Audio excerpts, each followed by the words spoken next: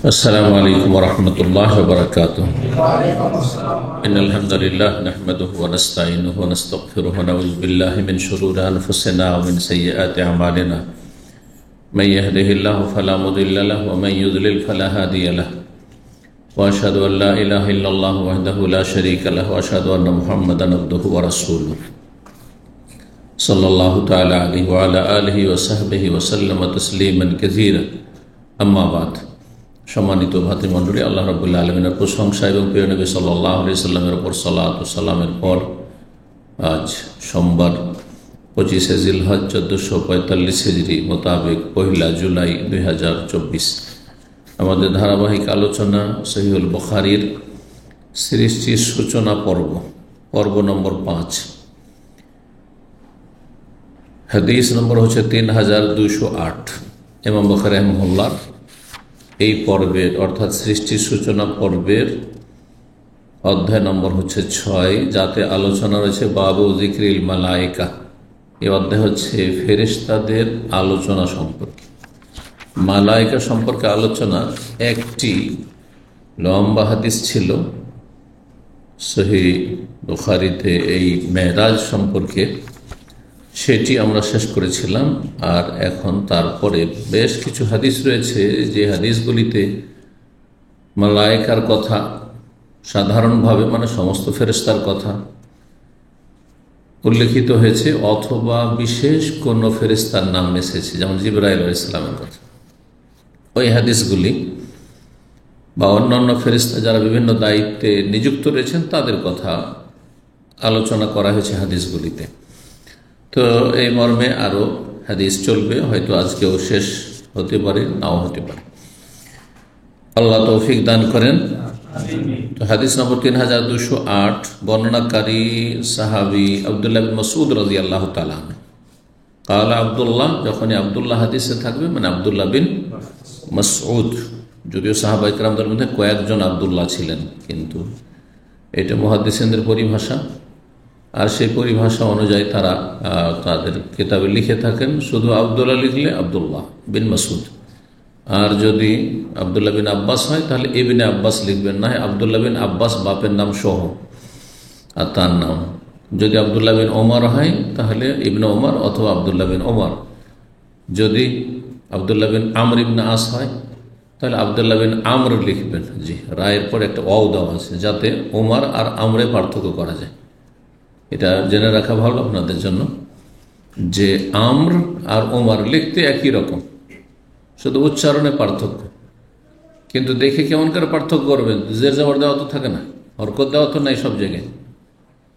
তো আসল হচ্ছে যে হরকত দেওয়া থাকে না হাদিসে, এখানে আছে মানুষের সুবিধার জন্য। তাহলে আমর আর ওমরে পার্থক্য হচ্ছে যে রায়ের পরে আমর আইন মিমরা, রায়ের পরে যদি একটা ওয়াও থাকে ওর সাথে লেগে, তাহলে উদ্দেশ্য হচ্ছে আমর পড়বেন আপনি ওইটাকে।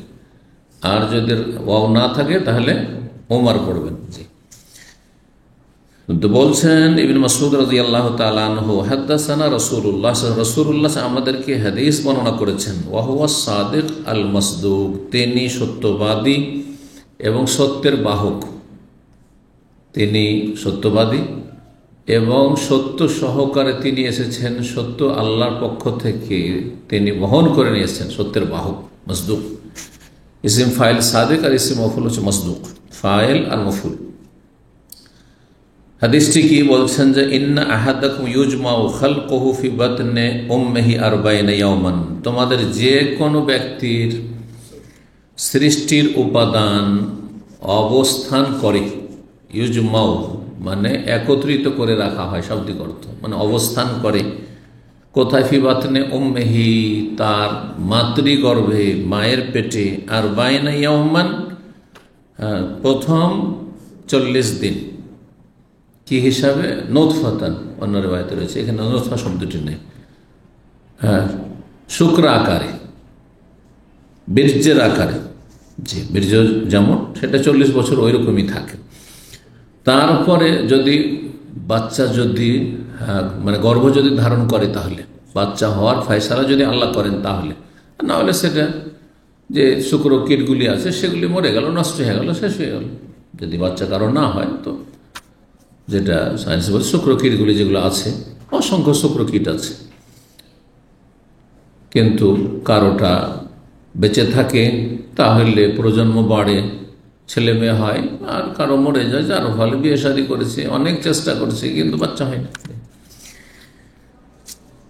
এত ক্ষুদ্র থেকে ক্ষুদ্র শুক্রকীট রয়েছে যে এই চোখ দিয়ে দেখা যায় না, সেগুলি দেখার জন্য বিশেষ যন্ত্র রয়েছে মেডিকেল সায়েন্স।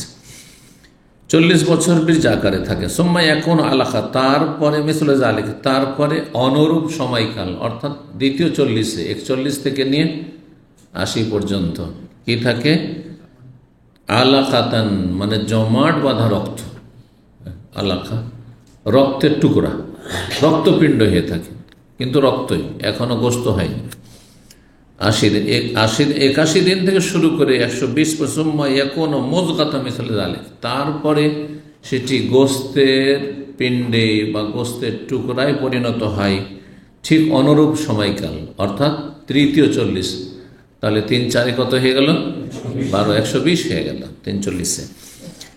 যখন 120 দিন হয়ে যায়, সুম্মায়া বাসাল্লাহু মালাকান, বিশেষ এক দায়িত্বশীল ফেরেশতা, এই মর্মে যিনি দায়িত্বে নিয়োজিত রয়েছেন ফেরেশতা, তাকে প্রেরণ করা হয়। তার নাম উল্লেখ করা হয়নি, কিন্তু মালাকান ফেরেশতা। ওই উমর আর বাই কালিমাত, 4টি কথা লিখার জন্য নির্দেশ করা হয়।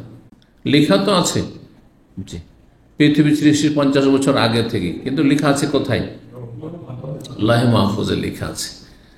আর এখন এটা হচ্ছে তাকদির উমরি বলা হয়। তাকদির আজালি, যেটা প্রথম থেকে লিখা আছে, যখন সৃষ্টির সূচনা হয়েছে আর তকদির লিখা হয়েছে, বোঝা গেছে না? জি। আর একটি হচ্ছে তাকদির উমরি, মানে একজন মানুষের গোটা আয়ুর সমস্ত তকদির। তো এই 4টি কথা এই মর্মে 120 দিনের দিন লেখা হয়। কারণ এখন অস্তিত্বে আসতে যাচ্ছে যে মানুষ, হ্যাঁ, সে পূর্ণ হয়ে মায়ের পেট থেকে ভূমিষ্ঠ হবে, না অসম্পূর্ণ হয়ে নষ্ট হয়ে যাবে, নাকি পৃথিবীতে আসবে সুস্থ হয়ে থাকবে, না সে মায়ের কোলে অল্প সময় মারা যাবে, কয়েকদিনে মারা যাবে, না বড় হবে, সাবালক হবে না হবে, তো বিভিন্ন বিষয়গুলি লেখা হয়। এই 4টি বিষয়, সংক্ষেপে 4টি বিষয়। এটা তাকদির উমরি, মানে গোটা জীবনের, উমর মানে বয়স, গোটা বয়সের মানুষের আয়ুর তকদির। আর একটা হচ্ছে তাকদির সানবী, বাৎসরিক, সেটা লেখা হয়, মানে ফেরেশতাকে, দায়িত্বশীল ফেরেশতাকে দিয়ে দেওয়া হয়, সেটা তাকে জানিয়ে দেওয়া হয় এক বছরে একবার। সেটা কখন? লাইলাতুল কদর, নাকি শবে বরাত? বেদাতিরা শবে বরাত বলে, কিন্তু কোরআন হাদিস বলে যেই রাতে কোরআন নাযিল হয়েছে সেটা লাইলাতুল কদর, সেটা রমজানে সূরা দুখানে আল্লাহ বলছেন। আর তারপরে ইন্না আনজালনা ফি লাইলাতুল কদরে, কোরআন নাযিল হয়েছে লাইলাতুল কদরে, তাই না? কোরআন নাযিল রমজানে হয়েছে, শাহরু রমাদান, সূরা বাকারা আয়াতে রমজান মাসে কোরআন নাযিল, তাহলে শাবান মাসে কোরআন নাযিল হয়নি। যার ফলে যারা বলছে যে শাবান মাসে 15 তারিখ ভাগ্য রজনী, তারা এক ধরনের কোরআন অস্বীকারী, বুঝাও যদি না বুঝে না মানে, তাহলে কোরআন অস্বীকারী। আর যদি কেউ মূর্খ থেকে যায়, তাহলে তার মূর্খামি জাহালাত আল্লাহর কাছে কবুল হবে কিনা আল্লাহ ভালো জানে। জি,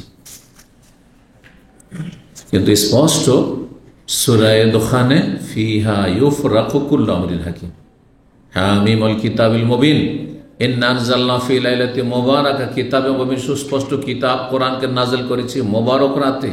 সে মোবারক রাত হচ্ছে রমজানে, কারণ সেই রাতে রমজানে কোরআন নাযিল হয়েছে, সেই রাতটি হচ্ছে লাইলাতুল কদর। 3টি আয়াতকে একসাথে মিলান, সূরা কদরের আয়াত, সূরা বাকারার আয়াত, শাহরু রমাদান আল্লাযী উনজিলা ফীহিল কোরআন, রমজান মাসে কোরআন নাযিল হয়েছে। আর সূরা দুখান ফিহা, ওই রাতে ইউফরাকু, চূড়ান্ত ফয়সালা করা হয়, কুল্লু আমরিন হাকিম, প্রত্যেক হিকমতপূর্ণ প্রজ্ঞাপূর্ণ কাজের। এই চূড়ান্ত ফয়সালা করা হয় মানে তার তকদির লেখা হয়। তো তকদির লেখা, এটা কি ধরনের তকদির? 1 বছরের তকদির লিখিতভাবে দায়িত্ব দিয়ে দেয় মালাকুল মত, এই বছরে অমুক অমুকের মরণ, হ্যাঁ। তারপরে যে রূহ সঞ্চার করা ফেরেশতা, এই এক বছরে, হ্যাঁ, তাকদীর সানবী বাৎসরিক, এই এক বছরে এতগুলি মানুষ ভূমিষ্ঠ হবে, এতগুলি শিশু ভূমিষ্ঠ হবে মাতৃগর্ভ থেকে, ইত্যাদি। এটা তার বাৎসরিক হয়ে গেল। কয়টি স্তর হইল? 3টি। 4 নম্বরে তাকদীর ইয়ৌমি, প্রতিদিন আল্লাহ রাব্বুল আলামিন প্রতি বান্দার আমার আজকের দিনে কি ছিল, দিন দুনিয়ার ভালো মন্দ, আগামীকালকে ভালো আছে মন্দ আছে, ভালো কতটা আছে মন্দ কতটা আছে। দেখা গেল একদিন খুব সুখের, হাসছেন, খুব হাসি খুশি আমোদ ফুর্তি, বিয়ে শাদী ধুমধাম, তার পরের দিনই শোকের ছায়া নেমে এসছে, কান্না করছে। আধাকা ওয়া আবকা, আল্লাহ শেষ সত্তা, যিনি হাসান আর কাঁদান। একটু আগে 2 মিনিট আগে হাসছিলেন, হঠাৎ এক্ষুনি এমন খবর আসলো, কাঁদতে শুরু করলেন। একটু আগে কাঁদছিলেন, হঠাৎ করে হাসতে শুরু করলেন। হয় না, হয় না? সুবহানাল্লাহ। সেটা করেন কি? অথচ সেই ওইটাই অন্তর, অন্তর ওইটা, ব্যক্তি ওই, লোক আপনি। আল্লাহ রাব্বুল আলামিনের সৃষ্টিতে হিকমত রয়েছে। এর দলিল কি? আবার প্রত্যেকটা দলিল আছে যে 4টি স্তর তকদিরের লিখার। তাকদীর ইয়ৌমি মানে দৈনিক তকদির। আল্লাহ সূরা রহমানে বলছেন কুল্লা ইয়াউমিন হুয়া ফি শান। কুল্লা ইয়াউম মানে কি? আমরা নিজেরা এই মাতৃভাষা কিন্তু বলছেন এখানে দেশ আরবদের সাথে, হ্যাঁ, বলছেন যে কুল্লা ইয়াউম সগল, বলছেন না কুল্লা ইয়াউমিন হুয়া ফি শান। শান সগল, সগলটা হচ্ছে শান। আল্লাহ রাব্বুল আলামিন তিনি প্রতিদিন ফি শান, নিজ কাজে লেগে আছে। এটা করো, এটা করিও না, এটা করো, এটা করো, এর উত্থান এর পতন, একে ধ্বংস করো, একে মারো, একে হায়াত দাও, একে ছেলে মেয়ে দাও, হ্যাঁ, একে বিপদের সম্মুখীন করো, একে খুশি করো, একে সচ্ছল করো। কুল্লা ইয়াউমিন হুয়া ফি শান, আল্লাহ নিজের কাজে আল্লাহ রাব্বুল আলামিন লেগে আছে। কুল্লা ইয়াউমিন হুয়া মানে হুয়া আল্লাহ, ফি শান মানে ফি শুগুল, নিজ কাজে লেগে আছে। আল্লাহর লেগে থাকা আল্লাহর মতো, এই না যে আমাদের মতো, হ্যাঁ, তার না কোনো ক্লান্তি আছে, না তার কোনো নিদ্রা আছে, না তার কোনো অভাব আছে, হ্যাঁ, তার কোনো স্বস্তির প্রয়োজন আছে। আমাদের অনেক সবই প্রয়োজন আছে, সব কিছুতে দুর্বল আমরা। যাই কথা লম্বা না করে 4টি কথা যে লিখতে বলা হয়, এটা হচ্ছে তাকদীর অমরি। তাহলে তাকদীর আজালি, হ্যাঁ, আজল থেকে লেখা আছে, জি। তারপরে তাকদীর অমরি, হ্যাঁ, গোটা আয়ুর। তাকদীর সানবী, সানাতুন মানে বছর থেকে। আর তাকদীর ইয়ৌমি দৈনিক। 4টি কথা লিখতে বলা হয়। ওই কালুলহার বলা হয় উক্তুব, লিখো, আমালাহু, 1 নম্বর তার আমল। আমল 2 রকম, পার্থিব আমল আর ধর্মীয় আমল। পার্থিব আমল সে কি কাজ করবে? লেখাপড়া করবে না মূর্খ থেকে যাবে, বদমাইশি করবে, পড়বে না ছাত্র জীবনে, শিক্ষিত হবে না অশিক্ষিত হবে, এটাও আমল, এটা আমল। তারপরে সে চাকরি করবে না ব্যবসায়ী হবে, না সে রাজনীতি করবে, হ্যাঁ, দুনিয়ার আমল, হ্যাঁ, রোজি রোজগার, না দিন মজুর করবে, না গাড়ি ড্রাইভার হবে, সব আমল। এর মধ্যে সব সমস্ত কাজ সামিল, জি। আর ধর্মীয় আমল হচ্ছে যে সে আমল করবে, ভালো না মন্দ কতটা করবে, কতটা করবে। আমালাহু ওয়া রিজকাহু, এবং তার রুজি লিখা হয়, তার রুজি লিখা হয়। তার রুজির মধ্যে হায়াতও শামিল, কিন্তু আমরা মানে যেটাকে সীমিত অর্থে বলে থাকে রিজিক মানে তার আহার। যদি একটা লোকমা আপনার আহার থাকে, আপনি ওটা না খেয়ে মরবেন। একটা দানা, লোকমা তো তোর কথা, একটা দানা। অনেক লোক গাড়ি অ্যাক্সিডেন্টে মারা যায়, দেখবেন চকলেট মুখে দিয়েছিল, মুখেই আছে, বাদাম চিবাচ্ছিল, এই যে বিচি চিবায় গাড়িতে, না, আমি দেখেছি বেশ কিছু দুর্ঘটনা এরকম, বিচি চিবাচ্ছিল, বিচিটা মুখে দিয়েছে, ও গিলতে পারেনি, ওই জিভাতি আছে, মুখে আছে, শেষ হয়ে গেছে, কারণ ওটা দানা নেই।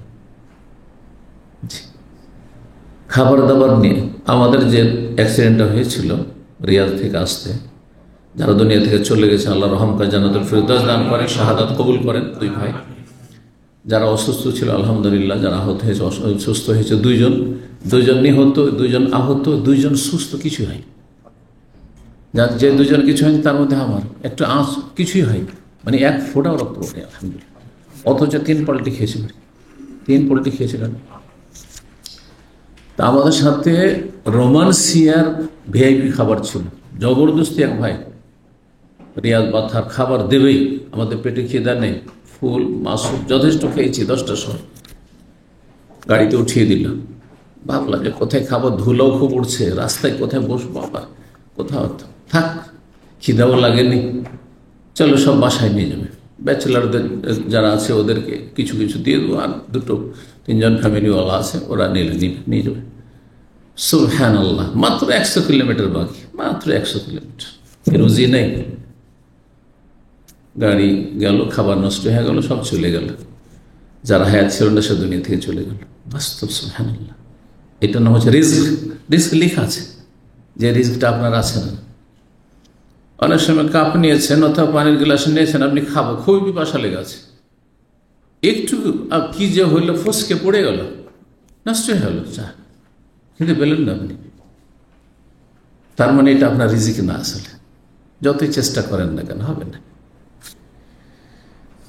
অনেক সময় আমরা বকাবক করি বাচ্চাদেরকে, না ও নসিবে নাই, ওঠে ভালো খাবার পড়ে গেল ধুলোতে, মনটা খারাপ হয়ে গেল, না ওর তকদিরে নেই ওঠে, ওর রিজিক না ওইটে, সেই জন্য খেতে পাইনি। সুবহানাল্লাহ, এইরকম রিজিক থাকলে সেটা নষ্ট হবে না। সৌদি আরবে যতদিন রিজিক আছে কোনো শক্তি বিদায় করতে পারবে না।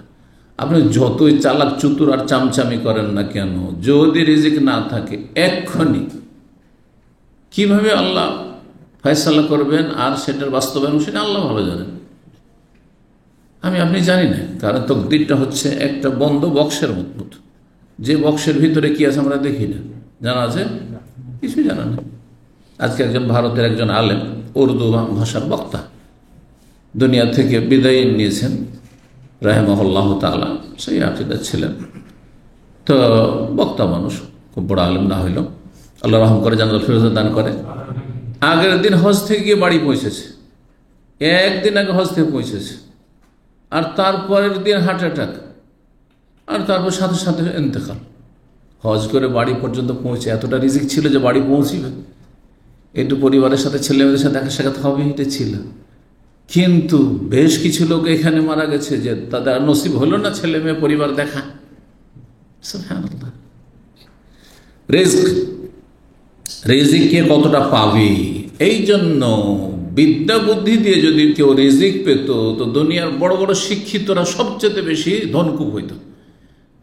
অধিকাংশ ক্ষেত্রে এর বিপরীতটা দেখা যাচ্ছে, যারা যত পয়সাওয়ালা তাদের শিক্ষাগত যোগ্যতা অনেক কম। অনেক মূর্খর কাছে এত পয়সা আছে আপনি কল্পনা করতে পারেন না। মক্কায় জমজম টাওয়ারে একজন বাংলাদেশি আছে, এই গল্প মনে করেছে নাকি, কিন্তু একজন শুনেছে। আমাকে এক ভাই বলছে, যাকে 2 দিন তার হিসাবটা করে দেয়, শুধু শিক্ষিত ছেলেটি বলছে 2 দিন আমি 2 ঘন্টা করে, শুধু বেশিও না, আমার ডিউটি সেরে ওভারটাইম হিসাবে 1-2 ঘন্টা করে বসে তার হিসাবটা ক্লিয়ার করে দিই। তার আন্ডারে যে সে কন্ট্রাক্টারি করে, লেবার সাপ্লাই দেয়, তো তার হিসাবটা আমি করে মাসিক বেতন কার কতটা হইল এটা হিসাব করে দিই, আমাকে 2200 টাকা দেয়। বোঝা গেছে না? সেই লোক কত টাকা ইনকাম করেন ভাবতেই পারেন আপনি, মাসে লক্ষ লক্ষ রিয়াল। তার আন্ডারে কয়েকশো বিদেশি প্রবাসী কাজ করে। যখন কাগজটাতে সাইন করতে হয়, সাইন করতে জানে না, তাকে কি মারতে হয়, ফিঙ্গারপ্রিন্ট মারতে হয়। এখন শিখেছে বাংলায় শুধু নামটা লিখতে, এখন শিখেছে, দেশ থেকে কিছুই জানতো না, নিরক্ষর একবারে। অম্মে মায়ের পেট থেকে যেমন পয়দা হয়েছে ওই রকমই আছে, কিন্তু পয়সা কোথায় রাখবে দিশে হারা, তাই না? বিদ্যা বুদ্ধিতে হয় না। অনেকেই খুব আক্ষেপ করেন, আমি এত শিক্ষিত, এত চালাক চতুর, কিন্তু আমার ধাক্কা খাচ্ছি, পেটের ভাত জুটাতে পারছেন না। এটি আমার আল্লাহর ফয়সালা। তাহলেও যাতে করে ভালো করে বুঝতে পারো যে কারো হাতে কোনো ক্ষমতা নাই, একমাত্র এক ক্ষমতার মালিক। কাকে কি দেবেন ওইটা আল্লাহ দিচ্ছে। কাউকে এলেম দিয়েছেন কিন্তু পয়সা বেশি দেননি। যাকে এলেম দিয়েছেন বা যার ছেলে মেয়েদের যার কাছে এলেম রয়েছে তাদেরকে হয়তো পয়সা দেননি, কিন্তু পয়সাওয়ালা অনেকে আছে ছেলে মেয়েকে মানুষ করে উচ্চ শিক্ষিত, একটি হলো না। সব কিছু একজনকে আল্লাহ দেননি, আল্লাহ ভাগ করে দিয়েছেন, আল্লাহ ভাগ করে দিয়েছেন। তো যাই হোক, ও আজাল্লাহু 3 নম্বর লিখা, ও আজাল্লাহু তার সময়সীমা, তার মত কখন, কখন কোথায় কোন অবস্থায় কিভাবে, স্বাভাবিক না আকস্মিক হার্ট অ্যাটাক, অমুক তমুক হঠাৎ করে মরে গেল, না দুর্ঘটনার শিকার। জি, সময়ের ক্ষেত্রে আর স্থানের ক্ষেত্রে। জি, বেআইয়ার দিন তমুত, আল্লাহ বলছেন সূরা লোকমান। কোনো মানুষ জানে না 5টি কথা, তার একটি হচ্ছে কোথায় মারা যাবে আর কখন মারা যাবে। যদি জানা থাকতো তাহলে আগে থেকে প্রস্তুতি আমরা নিয়ে নিতাম, হ্যাঁ, বিদায় সিদায় নিয়ে নিতাম। তারপরে শুধু সেটা না, এটা তো একটা ভালো দিক, কিন্তু আরেকটা খারাপ দিক যে আমাদের ঘুম হারাম হয়ে যেত। আগে থেকে ঘুম হারাম, তার বেশি সময় নেই, আমার 3 দিন সময় আছে, 10 দিন সময় আছে, 1 বছর সময় আছে। 1 বছর আগে থেকে আর অনিদ্রে, কোনো ঘুম নাই, টেনশনে। হইতো না? জি হ্যাঁ, আল্লাহ সবকে গোপন রেখেছে। 4 নম্বর হচ্ছে ওয়াশাকিউন আও সাইয়িদুন, সেই ব্যক্তি পাপী নাকি নেক, সৎ হবে না অসৎ। আর শাকিউন আর সাইয়িদুনের দ্বিতীয় অনুবাদও হয়, এটা কেউ অনুবাদ করেছেন, কিন্তু ভাব কথা সার কথা একই। পাপী যে সে হতভাগা, আর যে নেক সৎ সে হচ্ছে ভাগ্যবান। হ্যাঁ, ভাগ্যবান। তো সাইয়িদুন মানে ভাগ্যবান, আর শাকিউন মানে হচ্ছে হতভাগা, দুর্ভাগ্যজান। সুম্মা ইউনফাখু ফীহির রূহ, এই 4টি কথা লিখে দিয়ে তার তকদিরে তারপরে কি করা হয়, তার রূহ সঞ্চার করা হয়, রূহ ফোঁকা হয়। বলছেন ফাইন্না রাজুলাম মিনকুম লা ইয়ামালু হাত্তা মা ইয়াকুনু বাইনাহু ওয়া বাইনাল জান্নাতি ইল্লা যিরা, মানুষ সারা জীবন 50, 60, 70, 80 বছর বাঁচবে, একই রকম আমল করবে, এটা হয় না। ভালো লোকও অনেক সময় অনেক দিন খারাপ করার পরে ভালো হয়, আবার খারাপ লোক প্রথম দিকে অনেক ভালো কাজ করেছে, শেষখানে খারাপ হয়ে যায়, যার নসিব খারাপ। এই মর্মে বলছেন যে এমনও মানুষ আছে তোমাদের মধ্যে লাই আমালু, আমল করতে থাকে, ভালো মানুষ, অনেক নেক আমল করেছে, ইলম শিখেছে, আমল করেছে, দাওয়াত দিয়েছে, আর ফরজ নফল সুন্নাত মুস্তাহাব মাশাআল্লাহ তাহাজ্জুদ গুজার হয়ে গেছে, আমল করতে থাকে। হাত্তা মা ইয়াকুনু বাইনাহু ওয়া বাইনাল জান্নাতি, তার জান্নাত যেতে মাত্র ইল্লা যিরা, 1 হাত থেকে গেছে, আর 1 হাত গেলে জান্নাত, আর 2-4-10 দিন। হ্যাঁ, অনেকের 2-4-10 মিনিট, 5 মিনিট, 2 মিনিট, শেষখানে নাস্তিক হয়ে মরে গেল, শেষখানে মুশরিক, হ্যাঁ, বাবাকে ডেকে মাজার জিলানী চিশতিকে ডেকে মরে গেল, ইয়া গাউস, আর বরদাস্ত করতে পারে, রক্ষা করো, জ্ঞান শেষ হতে পারে, শেষখানে কাদিয়ানি হয়ে গেল, শেষখানে হিজবুত তাওহীদ হয়ে গেল। অনেকে গোমরা হয়ে যাচ্ছে, এক গর্ত থেকে উঠে এসে আর এক গর্তে পড়ছে। কি সহিহ আকীদা এসেও অনেকে এক গর্ত থেকে উঠে এসছে, শিরক বেদাতের গর্ত উঠে এসছে, জঙ্গিবাদের গর্তে পড়ে গেল, কি না হিজবুত তাওহীদের গর্তে পড়ে গেল। বিভিন্ন গর্ত আছে, গর্তের শেষ নেই, গোমরাহি জাহান্নামে যাওয়ার কারণে শেষ নেই। জান্নাত যেতে মাত্র 1 হাত বাকি, ফায়াসবিকু আলাইহি কিতাবুহু, তার ওপর তখন তার আমলনামা বিস্তার হয়ে যায়। আমলনামায় কি লেখা আছে, সে জাহান্নামী।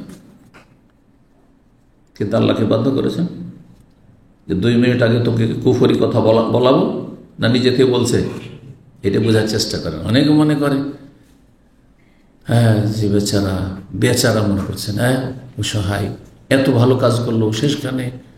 হ্যাঁ, আল্লাহ তো বাধ্য করেনি, বাধ্য করেছে না যে তুমি শিরকি কথা বলো, কুফরি কথা বলো, পথভ্রষ্ট হয়ে যাও, আমল ছেড়ে দাও। অনেকে আছে দেখেন, যৌবনকালে জীবনে জিনা ব্যবসার কাছে যায়নি এমন লোক আমরা জানি আমাদের এই লাইফে, জীবনে জিনা ব্যবসার কাছে কোনো ব্যাড রিপোর্ট নাই যৌবনকালে তার, কিন্তু 60 বছরে 70 বছরে গিয়ে শেষখানে নারী ফিতনায় পড়ে গেল, নারী কেলেঙ্কারিতে, যার ফলে জাহান্নামে চলে গেল। সে স্থায়ী হোক আর অস্থায়ী হোক, কিন্তু জাহান্নামে চলে গেল। ফায়াসবিকু আলাইহি কিতাবুহু, যখন আমলনামাতে যা লেখা আছে সেটা তার প্রাধান্য পায়, ইয়ামালু বিআমালি আহলি, তখন জাহান্নামে যাওয়ার কাজ করা শুরু করে। জাহান্নামে যাওয়ার কাজ শুরু করে। ওয়া আমাল হাত্তামায়া কোনো বাইন হবে না না ইল্লা যারা। আবার কিছু লোক আছে যারা এমন কুকাজ করে, এমন পাপ করে, করতে করতে জাহান্নামে যেত মাত্র ইল্লা যারা, এক হাত বাকি আছে, জাহান্নামে চলে যাবে। জাহান্নামে যেতে মাত্র এক হাত বাকি।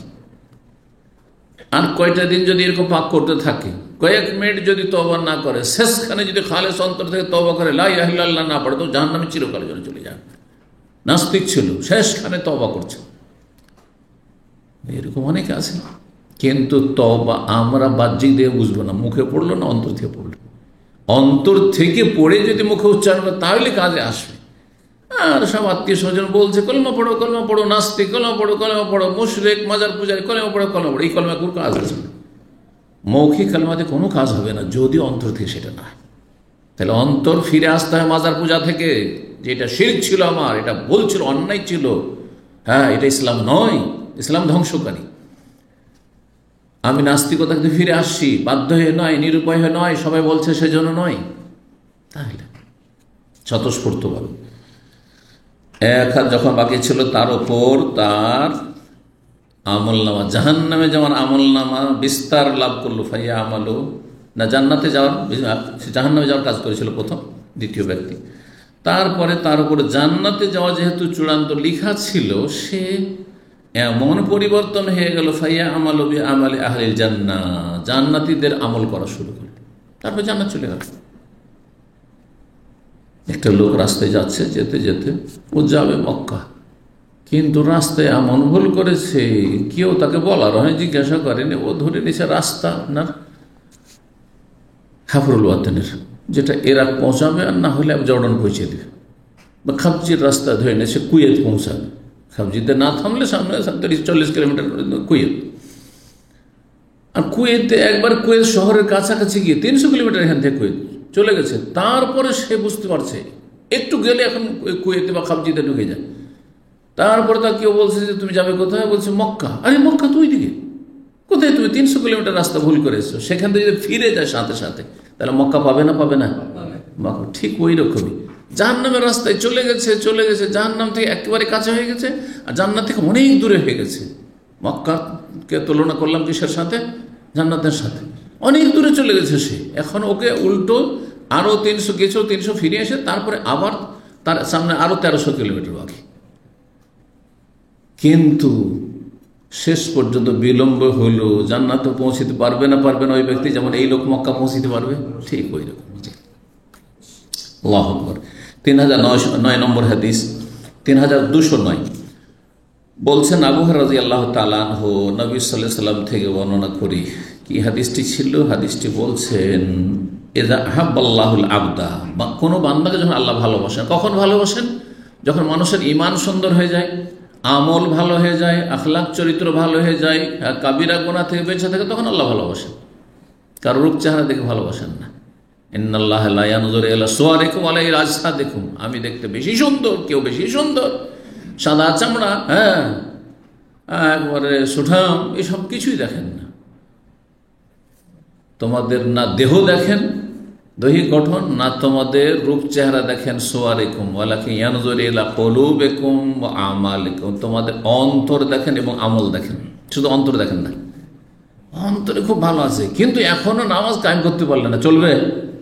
তাহলে অন্তরের সাথে আমল। এই জন্য যারা আমাদের সমাজে বেদিন এক শ্রেণীর লোক আছে, কিন্তু বেশি কথা বলে, বাক্যটু, তারা কি বলে, আমি নামাজ না পড়লে কি হবে, তোমার নামাজ পড়ে লাভ কি, তোমার অন্তর খারাপ, আমার অন্তর সাফ। না, অন্তর সাফ না, তোমার অন্তরে গলিজ ময়লা আবর্জনা পেশাব পায়খানা ভরা আছে। না হলে তোমার আমল পরিবর্তন, অন্তর ভালো হলে তার বহিঃপ্রকাশ ঘটত। আমি ভিতরে যদি আতর গেঞ্জিতে লাগিয়ে আসি, তার উপরে আমার জুব্বা আছে, তার উপরে আছে, বা গায়েও যদি ডাইরেক্ট লাগিয়ে আসি, তবুও কিছু ঘ্রাণ পাওয়া যাবে না, এর নাম বহিঃপ্রকাশ। তা আমার কলবে যদি ঈমান থাকে, তাকওয়া আল্লাহ ভীরুতা থাকে, তা আমার কথায়, কাজে, চাল চলনে, ইবাদত বন্দেগীতে, হ্যাঁ দ্বীনের খেদমতে, হ্যাঁ আল্লাহর সন্তুষ্টির কাজে এবং গুনাহ থেকে বাঁচানোর ক্ষেত্রে তার বহিঃপ্রকাশ ঘটবে, বাস্তবে দেখতে পাবে মানুষ। জি, আল্লাহ সঠিক বুঝদান করুন। আল্লাহ যখন কাউকে ভালোবাসেন, না দা জিবরিল, তখন জিবরিল আলাইহিস সালামকে ডাক দেন। এই যে জিবরাইলের কথা আসলে এখানে, সেটা ফায়ুনাদি জিবরিলকে ডেকে কি বলেন, ইন্নাল্লাহ ইউহিব্বু ফুলানান, দেখো আমি আল্লাহ এই ব্যক্তিকে আমি ভালোবাসি। ফেরেশতারা তাহলে গায়েব জানে না, যতক্ষণ না জানিয়ে দেয় আল্লাহ যে আমি ভালোবাসি কাকে, আমাকে ভালোবাসেন কিনা, আল্লাহ আপনাকে ভালোবাসেন কিনা, এটা ফেরেশতাও জানবে না যদি আল্লাহ না জানিয়ে দেন। জিবরাইলকে ডেকে বলেন, ইন্নাল্লাহ ইউহিব্বু ফুলানান, আল্লাহ অমুক ব্যক্তিকে ভালোবাসেন, ফাআহিব্বাহু, তাকে তুমি ভালোবাসো। যেটা আমি ভালোবাসি, আর তুমি ফেরেশতাদের সবচেয়ে শ্রেষ্ঠ ফেরেশতা, অনুগত, আর ফেরেশতা মালাইকা অনুগত, অবাধ্য নয়। আমাদের অধিকাংশ অবাধ্য, বরং যারা আমাদের অনুগত ভালো মানুষ তাদের মধ্যেও আপ ডাউন, কখনো তো খুব অনুগত, আল্লাহ বিধান মেনে চলছেন, আর কখনো অবাধ্য হয়ে যাচ্ছেন, নাফরমানি করে ফেলছেন। আপনি কিছু কিছু ক্ষেত্রে তো খুব ভালো, আপনি আল্লাহর বিধান মেনে চলছেন, আর কিছু কিছু ক্ষেত্রে আপনি পরোয়াই করছেন না।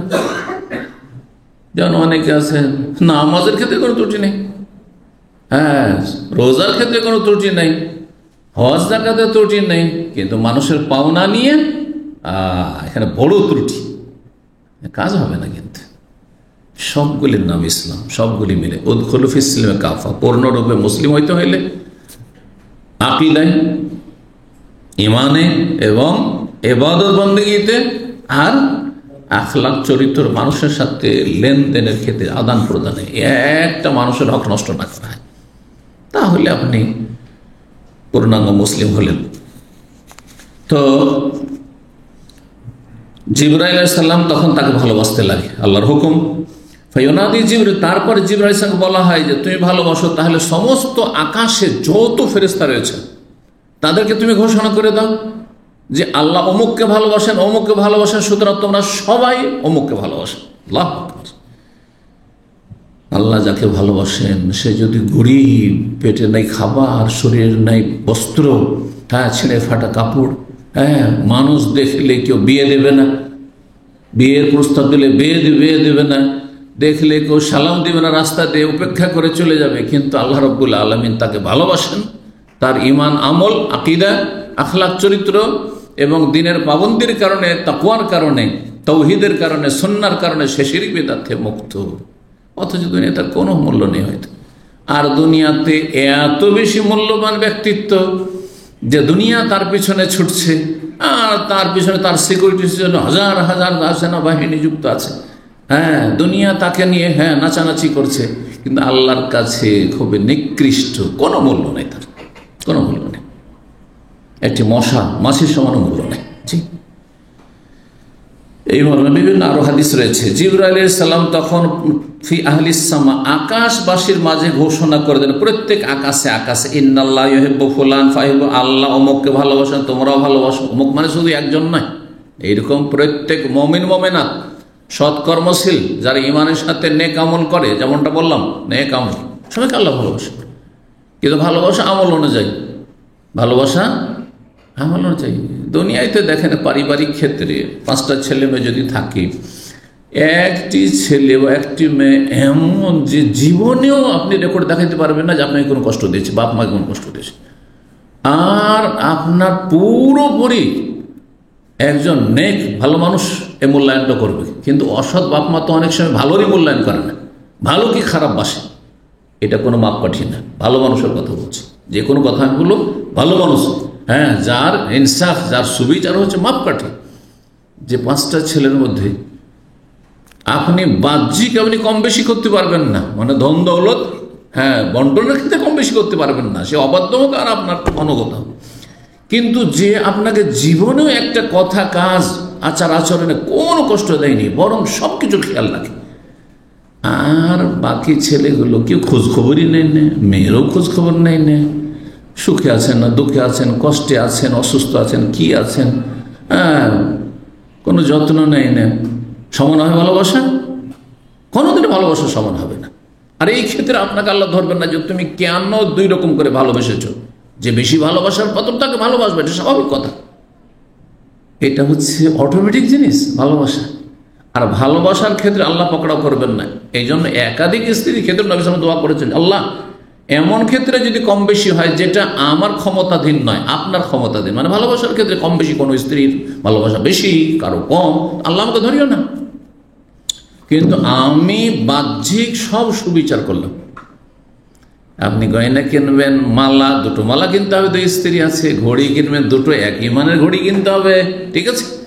বাসা দিবেন, দুটোকে একই মানের বাসা দিতে হবে, হ্যাঁ, ইত্যাদি ইত্যাদি। কিন্তু যার যেমন আচরণ তার তেমন ভালোবাসা, এটা স্বাভাবিক। আর এর উপর আল্লাহ ধরবেন না যে আমরা সবাই তো আপনার ছাত্র, কাউকে দেখে আপনি খুব ভালোবাসেন আর আমাদের সাথে আপনি তো কথা বেশি সময় দেন না। না, যার যেমন অবদান আছে তার তেমন ভালোবাসা আছে, তার তেমন গুরুত্ব আছে, এটা স্বাভাবিক। মানুষের কাছে আছে তো রব্বুল আলামিনের কাছে অবশ্যই সেটা আছে। উত্তম দৃষ্টান্ত তার জন্য। তো সবাই ভালোবাসতে লাগে, ফায়ুহিব্বু আহলুস সামা, আকাশবাসী সবাই ভালোবাসতে লাগে। তো আকাশের সমস্ত মালাইকা, আকাশে তো মালাইকা ছাড়া কেউ নেই, তাই না? তো মালাইকা ফেরেশতারা সব ভালোবাসতে লাগেন। তারপরে সুম্মা ইউদাউলাহুল কাবুল ফিল, পৃথিবীতে তার জনপ্রিয়তা তৈরি করে দেওয়া হয়। ইউদাল কাবুল মানে জনপ্রিয়তা, ভালোবাসা, সম্মান। সম্মান দুনিয়ার স্বার্থে সম্মান। দেখেন, একটা পয়সাওয়ালাকে যদি সম্মান করেন, কিসের জন্য সম্মান করছেন? তার সাথে পয়সার স্বার্থ আছে সেজন্য। একটা সমাজপতিকে অথবা চেয়ারম্যানকে, একটা নেতাকে যদি সম্মান করে, কিসের জন্য সম্মান করছেন? ও জালেম খুনি হইলেও সম্মান করছেন কিসের জন্য? তার অনিষ্টের ভয় আছে, ক্ষতি করে দিবেন, আর তার কাছ থেকে কিছু আশা আছে, হ্যাঁ, দুনিয়ার স্বার্থ আছে সেই জন্য। কিন্তু একজন আলেমে দ্বীন, পরেশগার, মুত্তাকি, যাকে ভালোবাসছেন, কিসের জন্য? কিছু পাবেন? একটা পয়সাও পাবেন না তার কাছে, কিন্তু ভালোবাসছেন। এটা হচ্ছে আল কবুল, কবুলিয়াত। এটা হচ্ছে জনপ্রিয়তা। জনপ্রিয়তা মানে পার্থিব স্বার্থে জনপ্রিয়তা নয়। কারণ আজকাল জনপ্রিয়তা ভাষাটা ওদের ক্ষেত্রে ব্যবহার করা হচ্ছে, কিন্তু দুনিয়াদারদের ক্ষেত্রে। যাকে জীবনেও দেখেনি আর দেখতেও পাবে না, হয়তো এমন কোনো সুযোগ নাই, কিন্তু না দেখে তাকে ভালোবাসে। এটা কোন নেতার ক্ষেত্রে আছে? কোন নেতার ক্ষেত্রে নেই। কোন পয়সাওয়ালার ক্ষেত্রে আছে?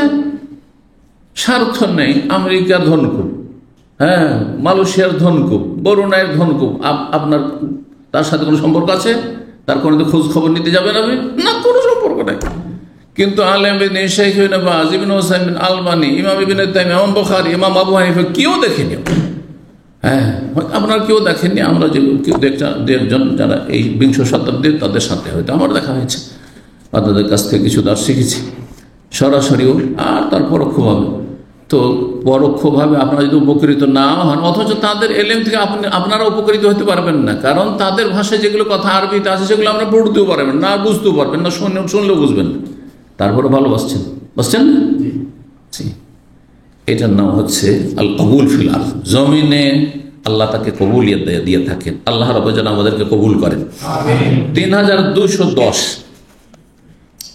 উরওয়া ইবনে যুবাইর রাদিয়াল্লাহু তাআলা বর্ণিত মা আয়েশা রাদিয়াল্লাহু তাআলা আনহা থেকে তিনি তার খালাতকে বর্ণনা করছেন, উম্মুল মুমিনিন আন্নাহা, তিনি বলেন, সামিআতু রাসূলুল্লাহ ইয়াকুল, রাসূলুল্লাহ সাল্লাল্লাহু আলাইহি ওয়াসাল্লামকে আমি বলতে শুনেছি, ইন্নাল মালায়েকাতা তানজিলু ফিল আনান, ফেরেশতাগণ আকাশের মেঘমালার আড়ালে অবতরণ করে। আনান বলা হয় সাহাবকে। সাহাব মানে হচ্ছে মেঘ, হ্যাঁ, আকাশে যে মেঘ রয়েছে। তো আকাশের মেঘ মানে আকাশের সাথে কি মেঘ লেগে আছে? না, মোটেই নাই। কিন্তু মাত্র কিছু দূরে এখান থেকে ধরেন, হ্যাঁ, 2 কিলোমিটার, 3 কিলোমিটার, 10 কিলোমিটার দূরে কি আছে? 10 কিলোমিটার, 10 কিলোমিটার দূরে তো 9 কিলোমিটার দূরে ফ্লাইট চলে। ফ্লাইট মেঘের অনেক ওপরে চলে। তাহলে এখান থেকে 1 কিলোমিটার, আধা কিলোমিটার অনেক জায়গায় আভা এলাকা যদি কেউ গিয়ে থাকেন, আমি গিয়েছি যেহেতু জানি, আভা আর আলবাহা এই দুটো এলাকায় দেখেছি রোড দিয়ে আমাদের গাড়ি যাচ্ছে, আর নিচে এমন এমন গর্ত আছে, মেঘগুলো রোডেরও নিচে, আমাদের নিচে মেঘ। তার মানে অন্য জায়গায়, স্বাভাবিক জায়গায়, যেখানে সমতল জায়গায় 1 কিলোমিটারও নয়, তাহলে হ্যাঁ, কিছু দূরে হয়তো, কিছু দূরে মেঘমালা হয়তো ভাসছে। তো মেঘমালার আড়ালে ফেরেশতাগণ অবস্থান করেন, আসেন। সেখানে অসংখ্য ফেরেশতারা রয়েছেন। যেমন আকাশে ফেরেশতা, আকাশের দায়িত্বশীলরা রয়েছেন, তেমনি জমিনে বা আকাশ আর জমিনের মাঝখানেও ফেরেশতারা রয়েছেন। জি, এখানেও ফেরেশতা, রহমতের ফেরেশতা রয়েছেন। যেখানে দিনের কথা আলোচনা হয় সেখানে রহমতের অসংখ্য ফেরেশতা রয়েছেন। জি, আর প্রত্যেকের সাথে দুইজন আছে, আপনি পাপের জায়গায় যান আর নেকির জায়গায় যান, ও ছাড়বে না, আপনাকে ছাড়বে না, থাকবে। কেউ যদি পাপ করে তখন ফেরেশতা লজ্জা পালিয়ে যাবে। জেনা করছে, কেউ খুন করছে, থাকবে না ফেরেশতা? লিখবে না? সব জায়গায় আছে দুই ফেরেশতা, দুই ফেরেশতা। ক্যামেরা, এটা আল্লাহর ক্যামেরা। মানুষের ক্যামেরাকে আমরা এত ভয় করি, কিন্তু রব্বুল আলামিন ক্যামেরাকে ভয় করি না। আল্লাহ রাব্বুল আলামিন হেদায়েত দান করুন, আমাদেরকে হেদায়েত উপর টিকিয়ে রাখুন। তো মেঘের আড়ালে ফেরেশতারা অবস্থান করেন। ফাতাযকুরুল আমরা, তারপরে আকাশে, আমর মানে আমরুস সামা, এখানে আকাশে যেসব বিষয় নিয়ে সিদ্ধান্ত হয় সেগুলি নিয়ে তারা আপোষে আলাপ আলোচনা করেন। আকাশের খবর মেঘমালার ওপরে পৌঁছেছে ওই সব ফেরেশতাদের কাছে, কারণ ওপর দিক দিয়ে খবর আসছে, ওখানে আপোষে কিন্তু আলোচনা হয়। তাহলে সেটা একবারে আকাশে নয়, মেঘমালার ওপরে, মেঘমালার ওপরে। সেটা কত দূরে আল্লাহ ভালো জানেন। কজিয়া ফিস সামাই, যেসব বিষয় নিয়ে চূড়ান্ত ফয়সালা করা হয়েছে আকাশে, আকাশে চূড়ান্ত ফয়সালা করা হয়েছে যে এবার যে ভারত ইলেকশন হতে যাচ্ছে, অথবা আগামী ইলেকশন যে বাংলাদেশে হতে যাচ্ছে বা অমুক দেশে হতে যাচ্ছে, সেখানে অমুক দল হারবে আর অমুক প্রধানমন্ত্রী হবে, অমুক মরবে, অমুকের বাড়িতে খুশি হবে, অমুকের অমুক জায়গায় বিয়ে হবে ইত্যাদি।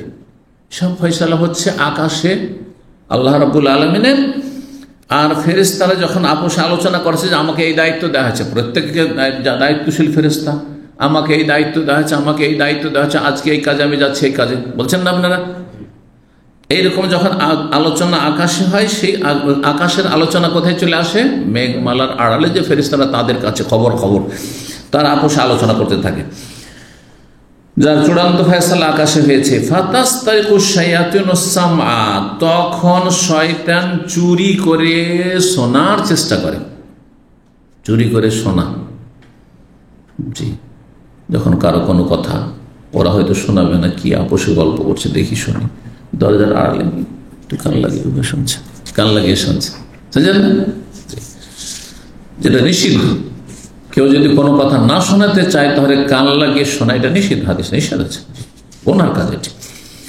তো এই শয়তানরা কি করে, কিন্তু ওই যে ফেরেশতারা মেঘের ওপরে আপোষ আলোচনা করছে আসমানের খবরে, আজকে এই হুকুম হয়েছে, এই ফরমান আল্লাহ রাব্বুল আলামিনের, তখন সেগুলি চুরি করে শোনার চেষ্টা করে, ছো মেরে। ফাতাসমাউহু, তার মধ্যে কিছু কিছু শুনে নেই। কান লাগিয়ে এখানে যদি কেউ থাকে তো সব কথা শুনতে পাবে না, কিন্তু কিছু তো শুনতে পাবে, তাই না?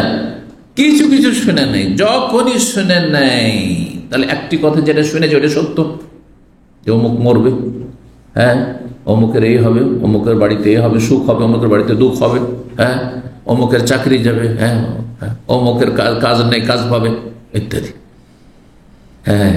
এই যে অমুকের বাড়ি চুরি হবে, অথবা অমুকের বাড়ি চুরি হয়েছে তো ওর গরুগুলো বা ওর একটা ছেলে হারিয়েছে তো অমুক জায়গায় আছে, ইত্যাদি। এক কথা সমস্ত কিছু। তখন এই শয়তানরা, জিন শয়তানরা, কাহিনের বহুবচন কোহান, যারা জ্যোতিষী,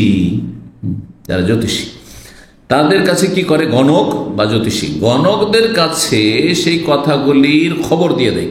এখানে ওহী করা মানে শয়তানের ওহী হচ্ছে খবর দেওয়া, ওহী মানে মেসেজ পৌঁছানো। তো আল্লাহর ওহী ফেরেশতার মাধ্যমে আসে, সেটা হচ্ছে ওহী ভালো। আর শয়তানের ওহী হচ্ছে শয়তানের কুমন্ত্রণা বা শয়তানের কোনো খবর দেওয়া। এখানে ওহী মানে খবর দিয়ে দেয় শয়তান, কাকে? গণকদেরকে। তখন গণকের কাছে গেলেন, আমার ছেলেটা হারিয়ে গেছে, দেখেন তো একটু। কবিরাজের কাছে গেলেন, একটু হাত চালিয়ে দেখেন তো, একটু বাটি চালিয়ে, থালা চালিয়ে দেখেন তো। করছে না? বাঙালি সমাজে তো মুসলিমরা এগুলো করছে, শিরকি কাজ, কুফরি কাজ। একটি কথা কিন্তু আর সত্য জানা আছে, কিন্তু হাজার হাজার কাস্টমার আসছে বিভিন্ন সমস্যা নিয়ে, যে আমার এরকম হয়েছে, আমার রুম থেকে টাকা হারিয়ে গেছে, কোথায় গেল দেখেন তো। যেগুলো জানে না সেগুলো তো বলে যে এটা হয়েছে, আর যেগুলোতে জানে সেটাও বলে। এখন একটা সত্য হলে 99টা যে মিথ্যা, বা 100 একটা সত্য, 100টাই মিথ্যা। কিন্তু ওই যে একটা সত্য হয়েছে, এই জন্য মূর্খরা কি করে, সবকে বিশ্বাস করে না। কথা ঠিক, দেখো এটা হয়েছে, এই যে দেখো এটা হয়েছে, যা বলেছিল তাই না হয়েছে। এইভাবে জাতি কি হয়ে যায়, মুশরিক হয়ে বিভ্রান্ত হয়ে যায়, যে আল্লাহ ছাড়াও কেউ গায়েব বা অদৃশ্যের খবর জানে, অথচ এটি কুফর, শিরক। ফায়াকযিবুনা মাহমিয়াতা, একটা যে সত্য কথা জানতে পেরে নিয়েছে গণকরা, জিন শয়তানরা ওখান থেকে ছো মেরে চুরি করে শুনে এসছে ওর মাধ্যমে, তো তার সাথে 100টি মিথ্যা মিশিয়ে দেয় মিন ইনদান, নিজের পক্ষ থেকে। আর জিনেরা এই ক্ষেত্রে মানব জাতির চাইতে বেশি তারা মিথ্যা কথা বলতে পারে। মানব জাতীয় বড় মিথ্যাবাদী অধিকাংশই, কিন্তু এর চাইতে বড় মিথ্যাবাদী হচ্ছে জিনেরা। সহিহ বুখারীর আরেকটি হাদিস, নবী সাল্লাল্লাহু আলাইহি ওয়াসাল্লাম যে আবু হুরায়রা রাদিয়াল্লাহু তাআলা যে আয়াতুল কুরসির ফজিলতের হাদিসটি, যখন চোর মানুষের আকারে চুরি করতে এসেছিল জিন শয়তান, 3 দিন ধরলেন কে? আবু হুরায়রা। তৃতীয় দিন ছাড়বেন না, 2 দিন না হয় মায়া হয়েছে, কান্নাকাটি করেছে, তৃতীয় দিন আর ছাড়বেন না, ধরে বেঁধে দেবো, আর তারপর নবী সাল্লাল্লাহু আলাইহি ওয়াসাল্লাম কাছে সকাল ফজরে হাজির করবো। এখন নবী সাল্লাল্লাহু আলাইহি ওয়াসাল্লামকে রাত্রে উঠাবো না, খেজুর পাহারাতে ছিলেন, যে ফেতরার খেজুর ছিল মসজিদ নববীতে। বলে যে ও তো বুঝতে পারছে আজকে তো আর ছাড়বেন না, এত কান্নাকাটি করে কাজ হবে না, কারণ 3 দিন হয়ে যাচ্ছে, কয়বার ছাড়ে।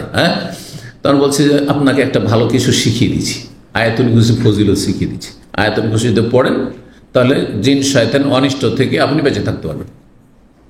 তো আবু হুরায়রা ভাবলো যে একটা যখন উপকার করে দিল, একটা এলেম শিখাইলো, তো যা ছেড়িয়ে দিলাম তুই চোরকে।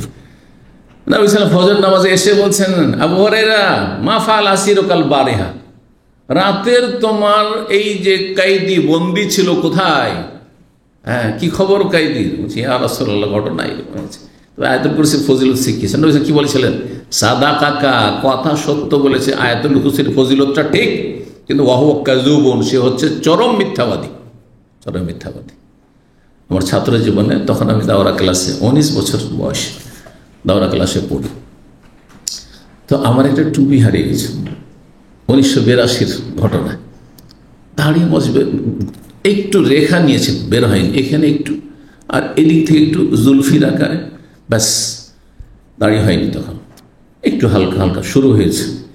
ওই বয়সে আলহামদুলিল্লাহ বুখারী পড়ে ফারেক। তো ওই বছরে একটা টুপি, তখন তো অভাবের যুগ ছিল, একটা টুপি হারিয়ে যাওয়া মানে একটা পেরেশানি, তাই না? তখন আমাদের পাঞ্জাবি 2-3টে থাক, খুব বেশি হলে, কারো তো একটাও আছে। এই যুগে আমরা লেখাপড়া করেছি, আর টুপি 2টো হয়তো আছে, তার মধ্যে একটা হারিয়ে গেল। 5-6 দিন হয়ে গেছে টুপি হারা। তারপরে এক তালিবে ইলম, সে পড়াশোনা করে সেখানে, ওই তালিবে ইলমকে জিনে ধরেছে, আর তা সুন্দর সুন্দর তেলাওয়াত, ওই তালিবে জীবনে এত সুন্দর তেলাওয়াত করতে পারে না, কিন্তু জিন যখন তার মধ্যে নেমে গিয়ে কথা বলে তখন সুন্দর তাজবিদের সাথে তেলাওয়াত করে, সুর করে সুন্দর তেলাওয়াত করে, ওর ক্ষমতাই নেই ওই তেলাওয়াতে। তো এটাতে বিশ্বাস হয় যে আসলে একে জিন আছে। তারপরে কথা বলতে লাগে, আমরা জিজ্ঞাসা করলে কথা বলতে লাগে। তো আমার জীবনে প্রথম জিনের সাথে কথা বলেছি। তো সবাই তোকে বিভিন্ন কথা জিজ্ঞাসা করছে, কোথায় কি করো? লেখাপড়া করি। কোথায় লেখাপড়া করি? মদিনায় পড়ি। মদিনায় আমাদের ইউনিভার্সিটিতে, জামিয়া ইসলামিয়াতে। বলছে না, আমাদের আলাদা আছে। তার মানে সব সত্য নাকি? মিথ্যা হইতে পারে। এর প্রমাণ শুনেন।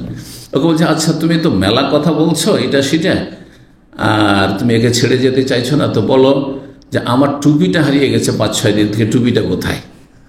তো বলছে টুপি মাদ্রাসার ভিতরে নেই, মাদ্রাসার বাইরে চলে গেছে। দেখছেন না কি বলছেন? তার 2-3 দিন পরে টুপিটা ওই মসজিদে গেছি, কখন হয়তো টুপিটা খুলে রেখেছি আর ভুলে চলে এসেছি, ওই মসজিদে এক কোনাতে পড়ে আছে। তাহলে কত মিথ্যাবাদী! বাস্তবতা প্রমাণ করে যে জিনেরা চরম মিথ্যাবাদী।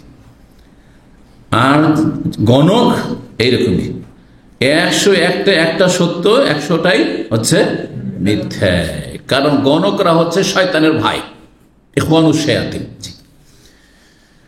আর তারা কাফের, মুসলিম না। গণক যারা ভবিষ্যৎবাণী করে তারা মুসলিম না। ভালো যতই নামাজ পড়ুক না কেন, যদি বলে আমি হাত চালিয়ে, বাটি চালিয়ে আর কিছু রেখা দেখে ভবিষ্যৎ বলতে পারি, তাহলে সে কাফের, মুরতাদ, মুসলিম না, জাহান্নামী। এই অবস্থায় মারা গেল।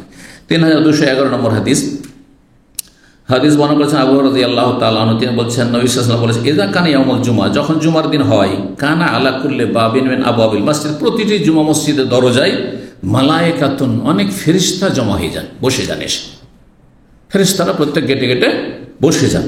ইয়াকতুবুনাল আউওয়ালা ফাল আউওয়াল, যে প্রথম আসছে তাদের নাম নোট করছে। 1 নম্বর কে, 2, 3, 4, 5, কে আসছে সব নাম লিখছে।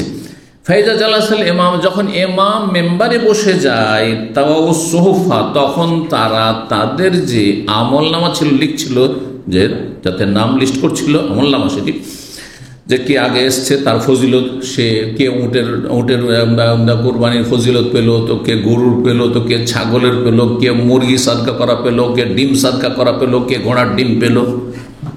কথা বোঝা গেছে? তো ডিমের পরে কি পাবে?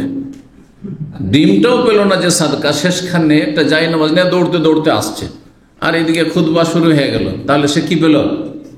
ঘোড়ার ডিম পেল। আমি সবসময় বলি এটা, যে ডিমও পেল না, সে কি পেল? ঘোড়ার ডিম পেল। আর ঘোড়ার ডিম তো বুঝছেন আপনি, তাই না? তো তারা কি করে, তখন খুতবা শুরু হয়ে গেছে, যেমনই খুতবা শুরু হয়নি, খুতবা দিতে বসেছে, শুধু বসলেই তারা তাদের আমল নামাকে কি করে, তারা ভাঁজ করে, তাওয়ায়াত মানে ভাঁজ করে মুড়িয়ে রেখে দেয়, বন্ধ করে দেয়। ও যাও, তারপরে তারা মসজিদের ভিতরে চলে আসে, ইস্তেমাউন যিকর, আর উপদেশ শুনতে লাগে। উপদেশ মানে খুতবা। তাহলে বোঝা গেল যে খুতবা উপদেশ। উপদেশ বাঙালির জন্য আরবি ভাষায় খুতবা পড়লে 12 চাঁদের হবে। কি উপদেশ হবে?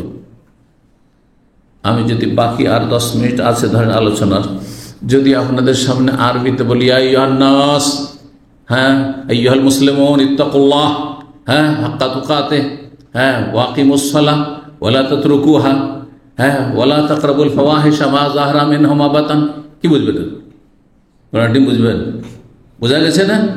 তো এই যে ভারত, বাংলাদেশ, পাকিস্তানে বেদাতিদের মসজিদে 12 চাঁদের ওই গদ বাঁধা 100 বছর আগের লিখা, 50 বছর আগের লিখা, অথবা নিজের বানাওয়াট খুতবা পড়ছেন, এটা জিকির উপদেশ হলো? কিছু তো বুঝলেন। উপদেশ কখন হবে? যখন আপনার জন্য আমার জন্য বোধগম্য হবে, তখন উপদেশ হবে। যখন বুঝবেন না তখন কিসের উপদেশ হলো? কিছুই তো হলো না। তাহলে বোঝা গেল যে কোন ভাষায় খুতবা হইতে হবে?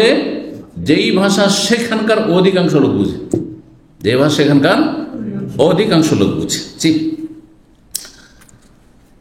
আল্লাহ সঠিক বুঝদান করুন। এই বেদাতি মোল্লাদের গুমরাহি থেকে আপনাদেরকে বাঁচিয়ে রাখুন। 3212 নম্বর হাদিস, সাইদ ইবনে মুসাইয়িব প্রখ্যাত তাবি বলছেন, মাররা ওমর ফিল মসজিদে, একবার ওমর রাদিয়াল্লাহু তাআলা খেলাফত আমলে মসজিদ হয়ে অতিক্রম করলেন, মসজিদ দিয়ে।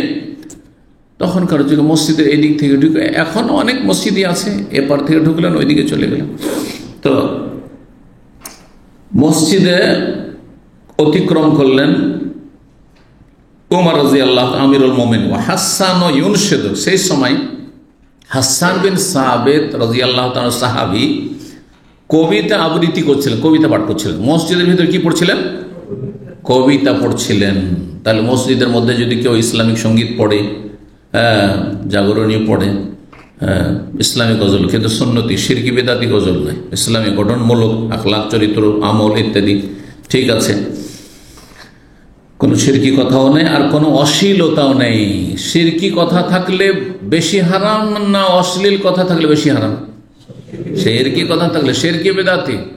নবী পয়দা না হইলে, না হয়তো আরজ করছি, না হয়তো আসমান জমিন, ছোটকালে আমরা মুখস্থ করেছি গজলের কিতাবে এটা। আর একটা, হ্যাঁ, প্রেমের গান গাইছে। দুটার কোনটা বেশি গুনাহ? শিরকের গুনাহ বেশি, বেদাতের গুনাহ বেশি। আর তারপরে অশ্লীলতা, নোংরামির যে গান, এইটা হচ্ছে হারাম, ওটাও হারাম, চলবে না। কিন্তু গঠনমূলক, হ্যাঁ, সালাত সম্পর্কে, দিন সম্পর্কে, আখলাক চরিত্র সম্পর্কে, পর্দা সম্পর্কে কোনো কেউ ইসলামিক সঙ্গীত পাঠ করছে মসজিদে, তো জায়েজ কি না? এই হাদিসগুলো প্রমাণ করে জায়েজ। তো হাসান বিন সাবিত পড়ছেন, ফাকালা, হ্যাঁ, সেই সময় ওমর রাদিয়াল্লাহু তাআলা কিন্তু বাধা দিলেন।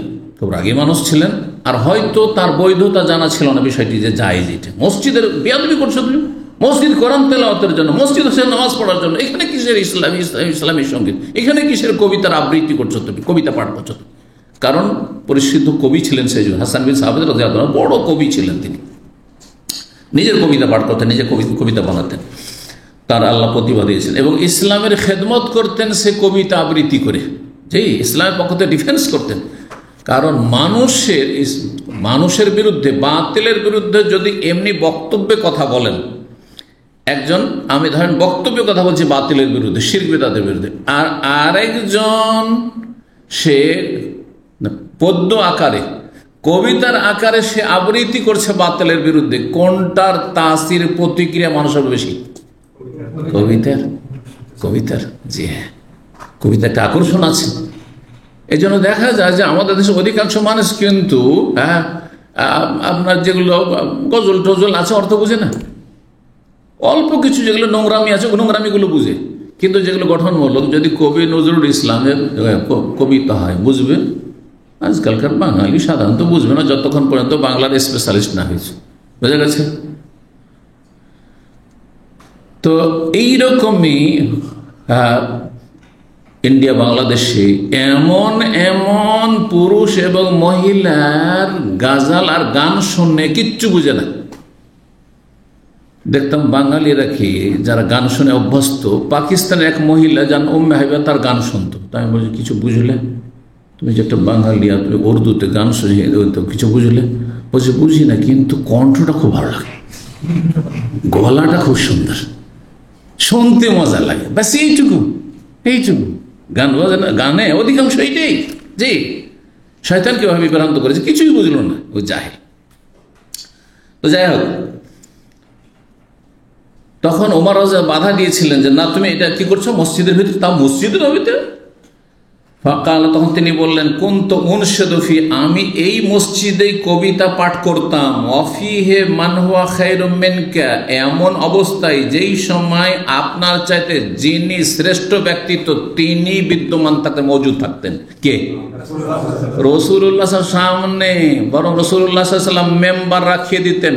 মেম্বারের উপর চড়ে হাসান তুমি কাফেরদের বিরুদ্ধে, কাফেরদের কুৎসাই এবং কাফেরদের কুৎসার জবাবে প্রতিরক্ষামূলক ডিফেন্সের জন্য তুমি কি করো? কবিতা পাঠ করো, কবিতা আবৃত্তি করো। নবী সাল্লাল্লাহু আলাইহি ওয়াসাল্লাম পড়িয়েছেন। তাহলে বোঝা গেল যে ইসলামের খেদমতের জন্য যদি হয় তাহলে ভালো। একটা বেনামাজি মানুষকে নামাজের ওপর যদি 5 মিনিটের বক্তব্য দেয় তো শুনবে না, কিন্তু একটা এমন সুর দিয়ে, লম্বা টানের সুর দিয়ে যদি একটা গজল দিয়ে দেন নামাজের গুরুত্বতে, অর্থ ভালো নামাজ।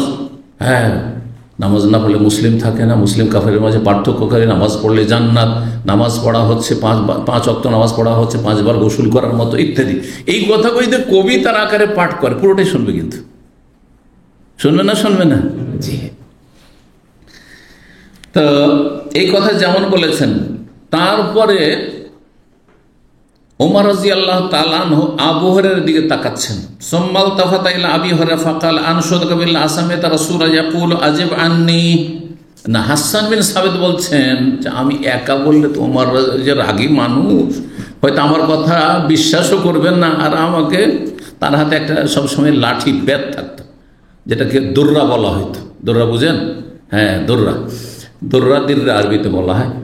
এটা আমাদের দেশেও দোররা বলে খুব প্রসিদ্ধ, মানে ছড়ি। হ্যাঁ, যদি কার একটু এদিক সেদিক ডানে বামে বদমাইশি দেখতেন, দুষ্টামি দেখতেন বা খারাপ কিছু দেখতেন, দিতেন বাইরে, সবাই ভয় করত তাকে। তো তিনি ভয় পাচ্ছেন, তো সাক্ষী হিসাবে সাক্ষী রাখছেন কাকে? আবু হুরায়রা, তুমি কি আমার এই কথাটা শুনেছো যে আমাকে নবী সাল্লাল্লাহু আলাইহি ওয়াসাল্লাম বলেছেন তুমি কবিতা পাঠ করো, আর ইসলামের পক্ষ থেকে তুমি ডিফেন্স করো, প্রতিরক্ষার কাজ করো কবিতার মাধ্যমে, আর তোমার সাপোর্টে তোমার শক্তি যোগান দেওয়ায় জিবরাইল আলাইহিস সালাম তোমার সাথে আছেন, এই কথা বলেছেন। তো বলছেন আনশুদুকা বিল্লাহ, আবু হুরায়রাকে বলছে, আবু হুরায়রার দিকে তাকিয়ে, আবু হুরায়রা ওখানে মসজিদে নববীতে, আবু হুরায়রা তোমাকে আল্লাহর শপথ দিয়ে বলছি, আসামিতা রাসূলুল্লাহ সাল্লাল্লাহু আলাইহি ওয়াসাল্লাম ইয়াকুল, তুমি কি রাসূলুল্লাহ সাল্লাল্লাহু আলাইহি ওয়াসাল্লাম বলতে শুনেছো আজিব আন্নি, আমার পক্ষ থেকে তুমি জবাব দাও। মানে রাসূলুল্লাহর পক্ষ থেকে রাসূলুল্লাহ কুৎসা গাইছে, ইসলামের কুৎসা গাইছে, নবী পরিবারের কুৎসা গাইছে, এগুলো কাফেররা করতো, ইহুদিরা গায়িকা রাখতো বাড়ি, তার এগুলো করতো। আজিব আন্নি, আমার পক্ষ থেকে জবাব দাও। মক্কার কাফেররা অনেকে এরকম করতো। তো নবী সাল্লাল্লাহু আলাইহি ওয়াসাল্লাম বললেন আমার জবাব দাও, আল্লাহুম্মা আইয়িদহু বিরূহিল কুদুস, হে আল্লাহ তুমি হাসান বিন সাবিতকে শক্তি যোগান দাও বা শক্তিশালী করো রুহুল কুদুস জিবরাইল আলাইহিস সালামের দ্বারা, মানে তাকে যেন শক্তিশালী করে, কে সাপোর্ট করে? জিবরাইল আলাইহিস সালাম তার পিছনে আছে সাপোর্ট, যিনি ফেরেশতাদের মধ্যে সবচেয়ে শক্তিশালী। কালার নাম আবু হুরায়রা বলে হ্যাঁ আমি শুনেছি তো, আর এটা মসজিদের ভিতরে। তাহলে বোঝা গেল যে আমাকে তো নবী সাল্লাল্লাহু আলাইহি ওয়াসাল্লাম নির্দেশ দিয়েছেন এরকম গঠনমূলক কবিতা পাঠের জন্য নির্দেশ দিয়েছে। রুহুল কুদুস কার নাম? জিবরাইল আলাইহিস সালামের নাম কয়েকটি রয়েছে। কে বলতে পারেন দেখি? একটা তো জিবরাইল বা জিবরিল, হ্যাঁ, একটা ধরে না, দুটো ধরে, জিবরাইল এবং জিবরিল। আর 2 নম্বর রুহুল কুদুস। আর হ্যাঁ, আর রুহুল আমিন। আর রুহুল আমিন, যে নাযালা বিহি রুহুল আমিন আলা কলবিকা লিতাকুনা মিনাল মুনজিরিন বিলিসানিন আরাবিয়্যিন মুবিন, কোরআনে কারীমে রয়েছে। হ্যাঁ, আর হ্যাঁ হ্যাঁ আর আছে, আর মনে নেই কার? অথচ এই সূরা মুখস্থ আছে আপনাদের, আম্পারা সূরা। আর রূহ, শুধু রূহ, তানাজ্জালুল মালায়েকাতু ওয়ার রূহ, সূরা কদর। ইন্না আনজালনা ফি লাইলাতুল কদর ওয়া মা আদরাকা মা লাইলাতুল কদর, লাইলাতুল কদর খায়রুম মিন আলফি শাহর, তানাজ্জালুল মালায়েকাতু ওয়ার রূহ। এই কদরের রাতে সমস্ত ফেরেশতা বা অসংখ্য ফেরেশতা নেমে আসেন জমিনে, সমস্ত নয়, অসংখ্য ফেরেশতা নেমে আসেন। আর এমনকি ওয়ার রূহ মানে রূহও নেমে আসেন। রূহ মানে মানুষের আত্মা নাই, রূহ মানে এখানে রুহুল আমিন, রুহুল কুদুস, জিবরাইল আলাইহিস সালাম। জিবরাইল আলাইহিস সালাম, তাহলে জিবরাইলের 4টির নাম পেয়ে গেলেন। জি, সবগুলি নাম কোরআনে কারীমে রয়েছে। জিবরাইলও কোরআনে রয়েছে, রুহুল কুদুসও রয়েছে। জি, কুল নাযালাহু রুহুল কুদুস বিআমরি রাব্বিক ওয়া মিন আমরি রাব্বিক। জি, তো রুহুল কুদুস আর রুহুল আমিন। আর আজকাল মানুষ রাখছে নিজের নাম রুহুল আমিন, না, ফেরেশতার নামে নাম রাখা অপছন্দনীয়, অপছন্দনীয়।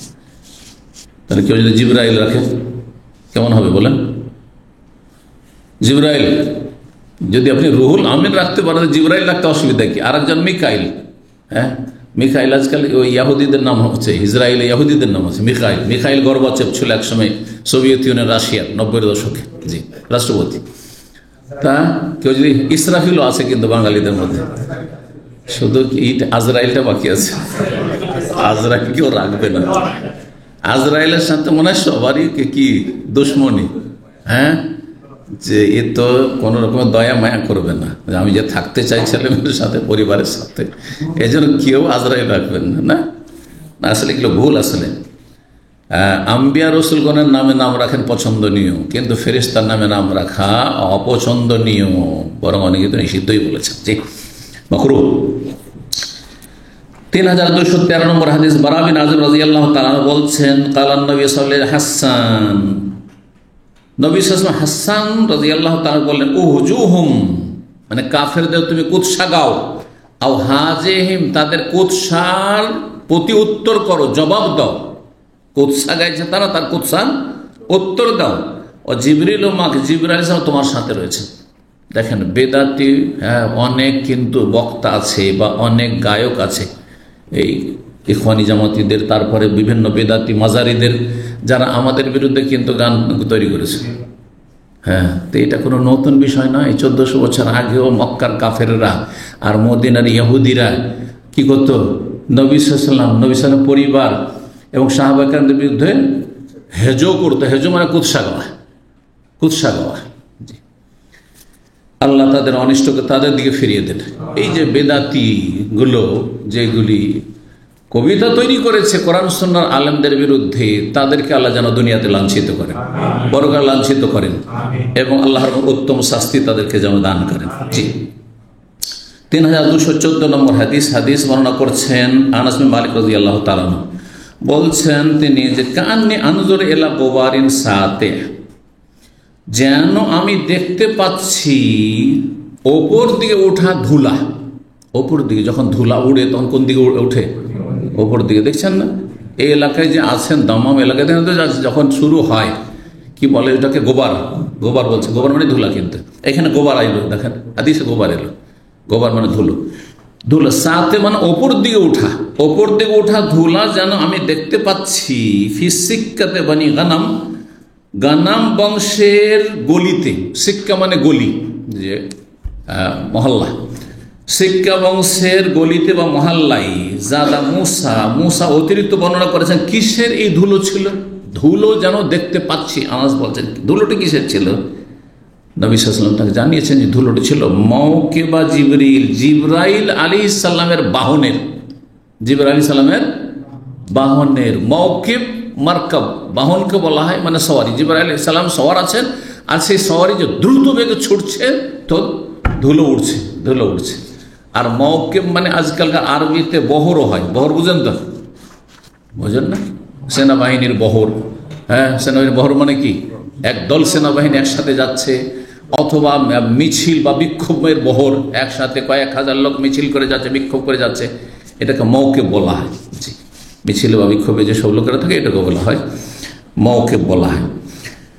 তো এখানে আজকের আলোচনা শেষ করছি। ওয়া জাযাকুমুল্লাহু খাইরান ওয়া সাল্লাল্লাহু আলা নবিয়িনা মুহাম্মদ ওয়া আলা আলিহি ওয়া সাহবিহি আজমাইন।